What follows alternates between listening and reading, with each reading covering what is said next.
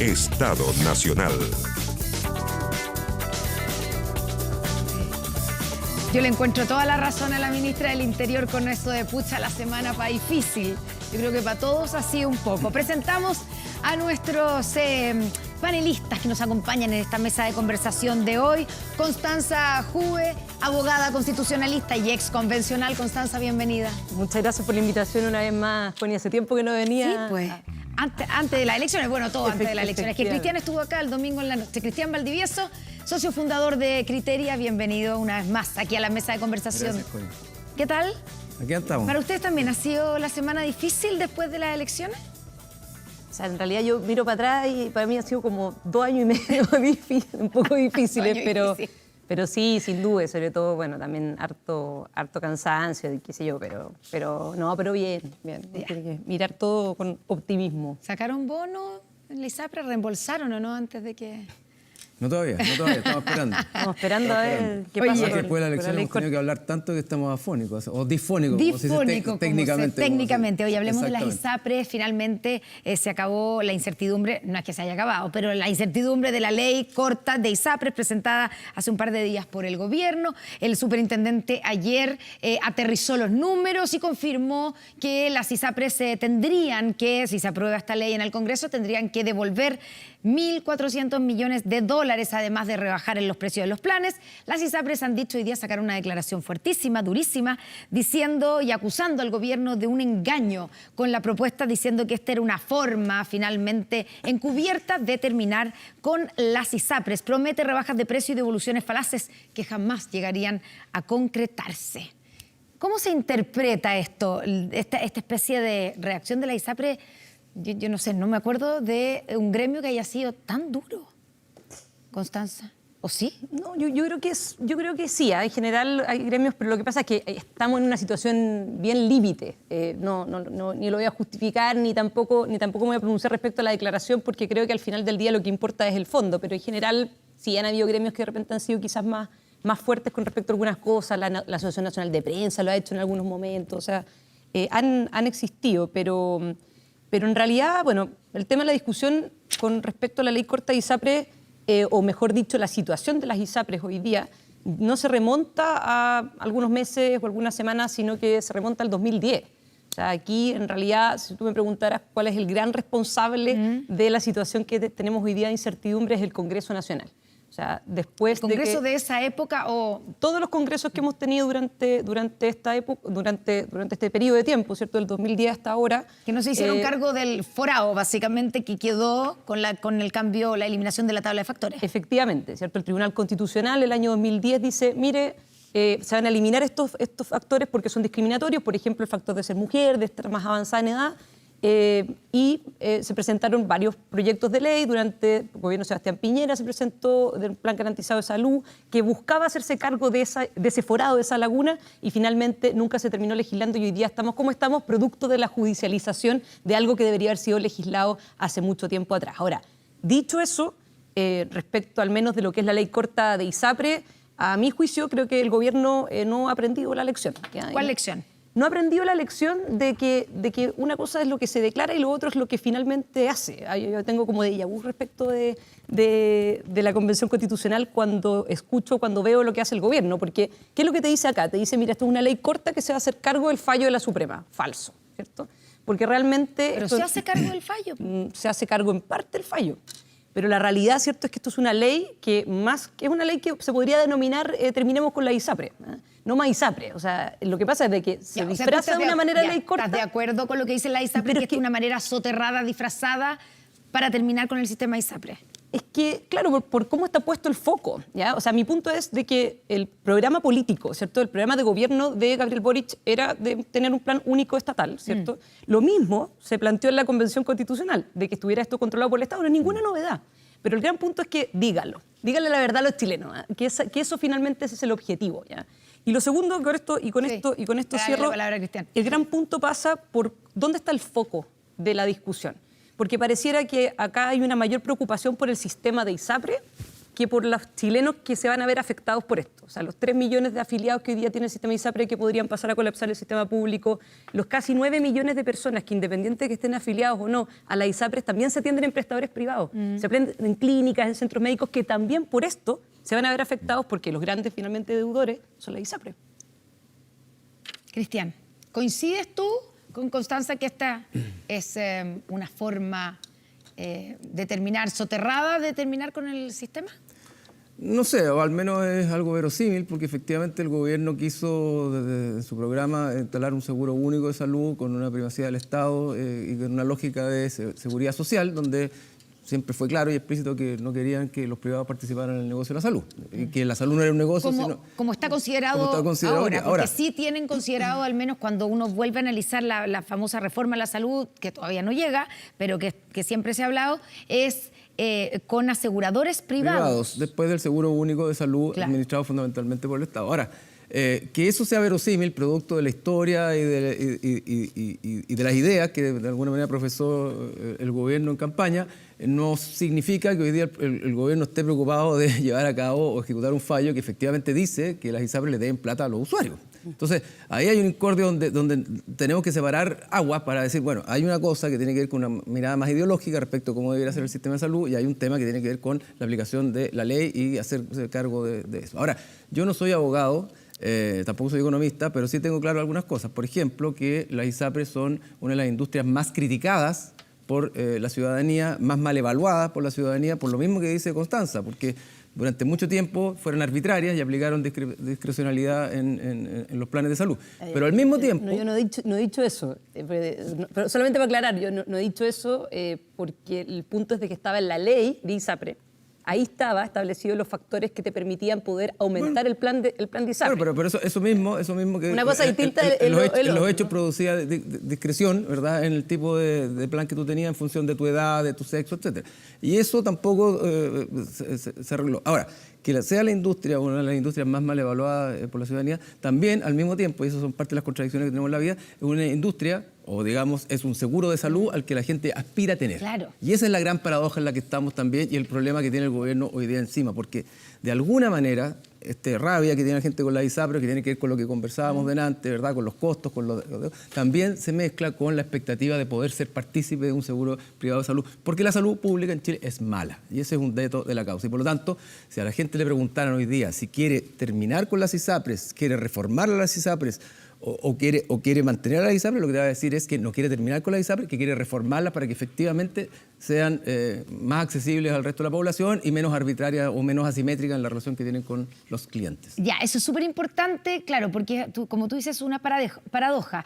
¿Eso dicen las encuestas? Porque, a ver, en lo que hemos conocido las encuestas en términos de preocupación principal de la ciudadanía, hoy día es seguridad número 1, pero salud sigue siendo una de las más relevantes, ¿cierto? Siempre. Y con la sensación de que la salud en Chile, la salud pública, es mala, que me atienden tarde, que me atienden mal, que tiene poca calidad. Y por el mayor problema, ¿sí?, Connie, respecto de la salud tiene que ver con las listas de espera. Sí. La gente se desespera en las listas de espera porque finalmente no puede atender problemas de salud que son invalidantes en su vida. Ahora, la paradoja, de nuevo, es que yo no soy economista ni soy abogado, pero en los hechos lo que es evidente es que si caen las ISAPRES, porque la quiebra no es ilegal, y si alguien, como decimos, tiene que bajar los brazos o quebrar, tiene todo el derecho legal a hacerlo. Si caen las ISAPRES, el hecho es que van a caer muchas clínicas también, porque la deuda que tienen las ISAPRES con esas clínicas, es cosa de ir a una clínica y tratar de atenderse a través de ISAPRES, cada vez es más complejo porque no quieren darle crédito. La deuda que tiene con las clínicas van a hacer que colapsen esas clínicas. Y esas clínicas privadas... Solo para complementar ahí, porque las ISAPRES son las que de donde viene el principal financiamiento también de esos centros privados, sí, de las clínicas. Digamos, no solamente la deuda, 60%. Sino que... Y con esto quiero cerrar.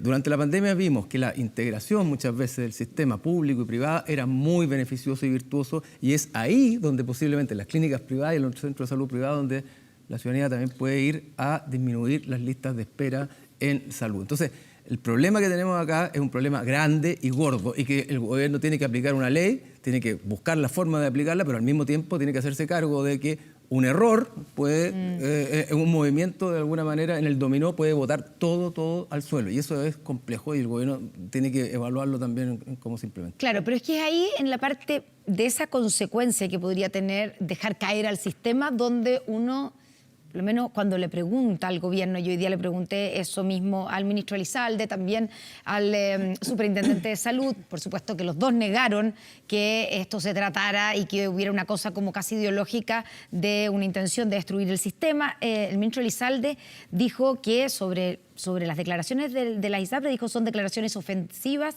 e infundadas, y enfatizó que es la Corte Suprema la que ha determinado que las ISAPRES tienen que devolver estos recursos y los fallos en Chile se cumplen. Como diciendo, no, el problema no lo creamos nosotros. Sin duda. El problema lo heredamos nosotros porque hay que hacer una ley, digamos, lo que podríamos haber hecho es decirle, apliquen el fallo mucho más a rajatabla. Y ahí sí que estarían todos pidiendo agüita, ¿cierto?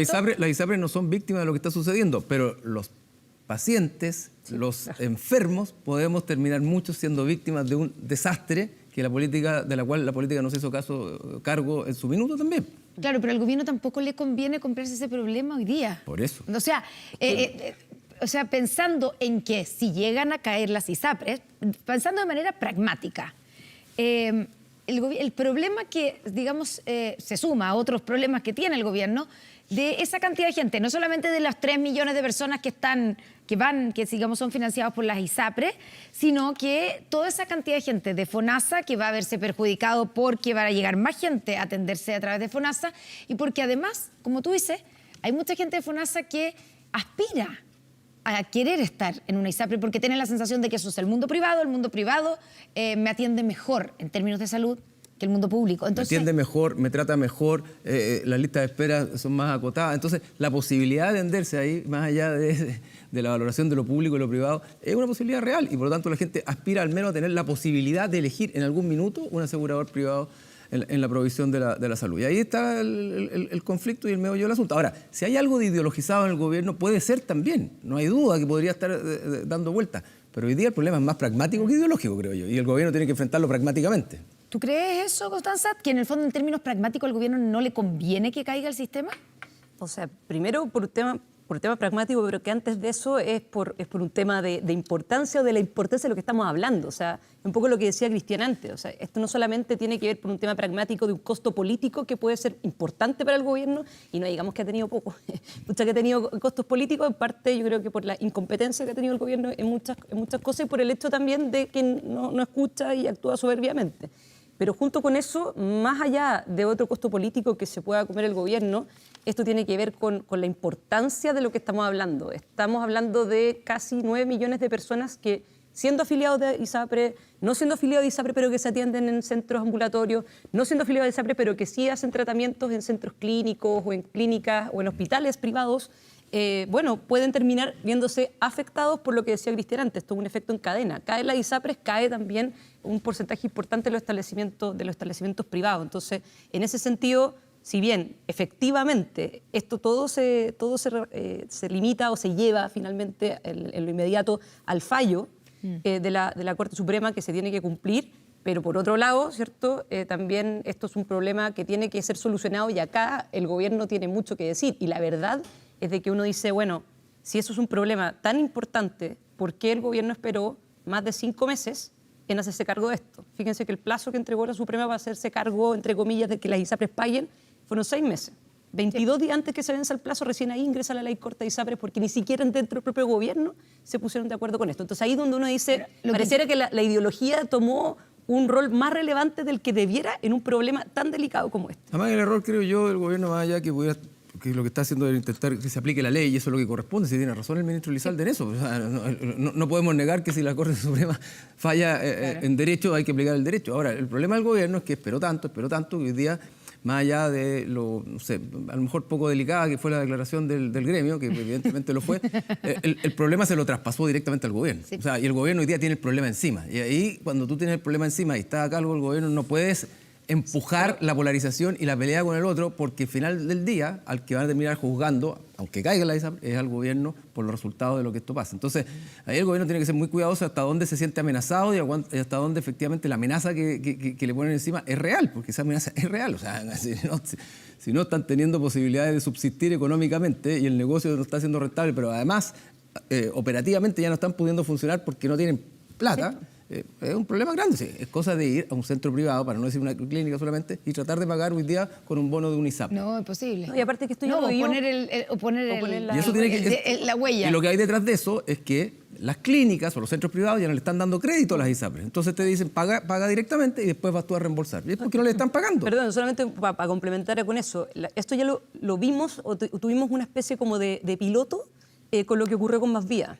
Porque cuando quebró Más Vida y después se terminó reorganizando y se convirtió en Nueva Más Vida, pasó eso. Llegó un momento en que los pacientes en los distintos establecimientos de salud ya no los dejaban atenderse si es que no pagaban antes, precisamente porque se entendía que la ISAPRE ya no tenía plata para pagar, entonces al final los establecimientos, las redes de salud terminaron rechazando pacientes si es que no pagaban adelante. Imagínate lo que significa eso, sobre todo para los pacientes que se denominan, comillas, cautivos, que tienen enfermedades crónicas, que tienen enfermedades como por ejemplo el cáncer, que tienen que seguir sus tratamientos. O sea, esto es un problema, es lo que dice Cristian, es un problema muy grave que escapa por lejos es un problema sistémico, de un tema político. Oye, antes de ir a la pausa, hablemos sobre lo que está ocurriendo en la Araucanía. Alerta roja decretaron los militares tras los últimos hechos de violencia. El subsecretario del Interior, Manuel Monsalve, anunció visita en medio de este recrudecimiento. Es difícil ponerse a pensar si este es el momento más violento o no, porque han habido muchos momentos violentos y de ataques en la Araucanía. Pero esta semana ayer se renovó por la vez 21ª, sí. No creo que lleva como 21. 21, ¿sí? 23, muchas gracias, Rodrigo Álvarez, siempre con el dato preciso. 23. 23ª vez se acaba de aprobar antes de ayer, a comienzos de la semana, el estado de excepción en la macrozona sur, que va a cumplir un año desde que se decretó. ¿Se acuerdan de toda la discusión del año pasado? Entonces, todo esto está pasando con estado de excepción, Cristian. ¿Cómo lo ves en términos de lo que puede hacer al gobierno, de cómo puede afectar al gobierno y lo que está pasando ahí? No, es muy complejo, demasiado complejo, porque estamos en un nivel donde lo de la Araucanía hace ya un buen rato partió anichado, digamos que en la Araucanía, era un tema que costaba que saliera, la gente que vivía allá trataba como de manera desesperada de poner su problema en la palestra pública, pero no era tema, porque con los centralistas que somos los chilenos, ¿verdad? Era un tema que estaba acotado allá. Pero crecientemente fue subiendo. Y hoy día el tema de la Araucanía ya no es un tema que está acotado a la no sé, ex novena región o a la Araucanía, sino que es un problema ya nacional. Y en ese contexto el gobierno de nuevo tiene un problema gordo encima, más cuando ya el presidente ya hace un rato ya, no sé, varios meses, que dijo que en la Araucanía había terrorismo. Entonces la pregunta es, ¿qué hace un Estado cuando el terrorismo, que por definición lo que hace es atacar al Estado, ¿verdad? Sembrar el terror para producir movimientos, ¿verdad? De ataque al Estado y a las bases institucionales del país que hace el gobierno? Yo creo que está aplicando todo el poder de la ley que tiene hoy día y yo no veo qué otros instrumentos jurídicos tiene que hacer, y por lo tanto, de nuevo, hay un gran acuerdo político, hay grandes consensos. Yo creo que respecto a la Araucanía hay bastante consenso político hoy día. No veo una gran polarización como podemos ver en otros temas o como hubo en otro tiempo, donde el gobierno decía aquí el problema es de diálogo, no un problema de estado de excepción, aquí un problema de conversación. Evidentemente son también parte de los problemas. Pero al mismo tiempo creo que hay harta conciencia en el gobierno, incluso evidentemente en la oposición, y en las dos almas del gobierno creo que hay harta conciencia de que esto es un problema profundo. No sé qué otras herramientas jurídicas le quedan, porque ya están aplicadas la mayoría de ellas. De hecho, el gobierno siempre, y tienen razón en ponerlo sobre la mesa, que tuvieron avances con la aprobación de la ley que tipifica el robo de madera, y ahí han habido avances con eso. Lo que pasa es que parece que esto es mucho más grande que eso. Es que nos apareció algo que estaba medio escondido y que es más grande, efectivamente. Yo creo que, esté en la palestra hoy día es porque tenemos eventos más violentos de lo normal, pero el tema es de que el estado de excepción en la Araucanía es un estado permanente. tengas estado de excepción o no. Claro. Porque el toque de queda en la Araucanía, sobre todo en ciertos sectores, particularmente en la provincia de Malleco, de Cautín, es permanente. El gran punto es de que yo quizás discrepo un poco con lo que dice Cristian en términos de que hay una gran conciencia en el gobierno. Yo no sé si es tan así, porque ¿No resulta... lo ves así? No, porque es cosa de ver las votaciones nomás también de los propios parlamentarios que son de la coalición de gobierno en términos de la ley Nain Retamal. O vamos a ver ahora qué pasa, por ejemplo, con la ley de usurpaciones. El proyecto de ley de usurpaciones que lo que hace es aplicar penas que son más altas, porque hoy día las sanciones son testimoniales prácticamente respecto al tema de la usurpación, no hay ningún efecto disuasivo, y vamos a ver bien qué pasa con los parlamentarios de gobierno en ese sentido.